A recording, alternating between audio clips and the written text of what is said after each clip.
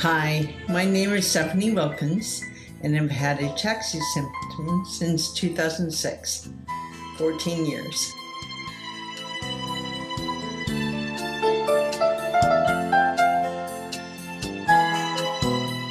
I remember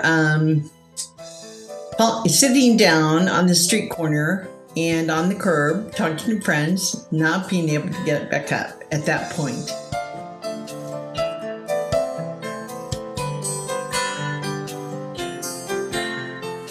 So I was, continuing to have balance problems, and I was walking and I had stability issues, but they really manifested that year in 2006. And in the next few years, I was no longer playing sports or bowling or doing anything that I normally would do. I was very coordinated. I was a good pitcher, but I no longer had coordination.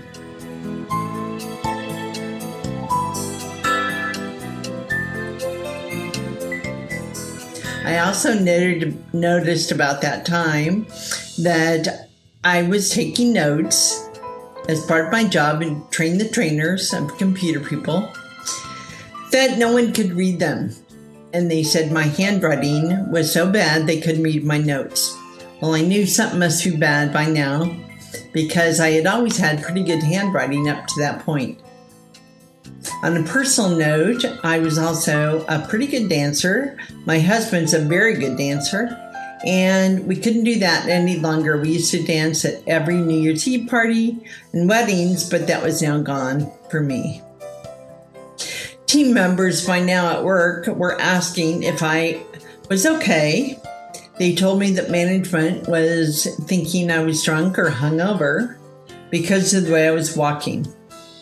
At that point, I didn't know about ataxia.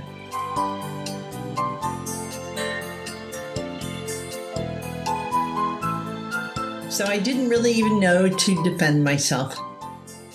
I didn't even think that anything really was happening at that point.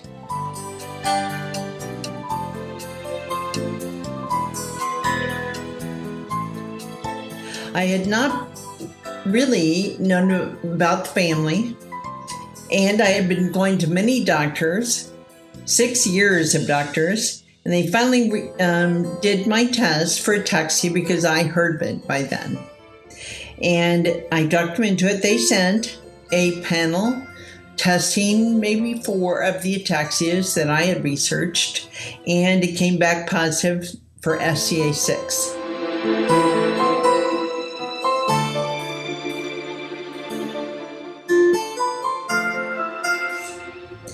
I did pursue the diagnosis knowing that things would be at risk, like long-term care and insurance policies, but I had to know.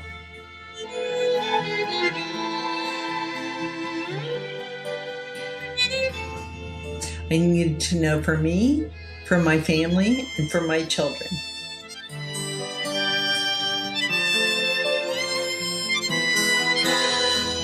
I retired at that point at 59, moved from California to my home here in Kansas City, my hometown, and I wanted to find out more about this genetic diagnosis and other people in the family.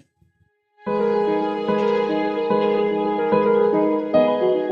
left our 2 kids in California, and I now have more falls, limitations to stairs, and use the computer for all my writing and corresponding needs.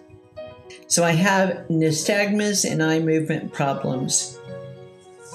I do remember driving north, though, thinking I shouldn't be doing this, so I have given driving up and decided I didn't want to get hurt, and I didn't want anyone else to get hurt. So I decided just try and work from home. I mostly volunteer, quit working, and I use the computer for most everything I do. My symptoms are getting worse now. I've used a walker for about 4 years full time, and I think they're escalating much more than the past 14 years, and they're much stronger now. Usually the voice is affected, greatly with spinocerebellar of any kind. I'm just now starting a real shaky voice, and I know that I'm mumbling in the evenings. I have shaky arms, legs, and hands now, and laughing and sneezing are my latest problems.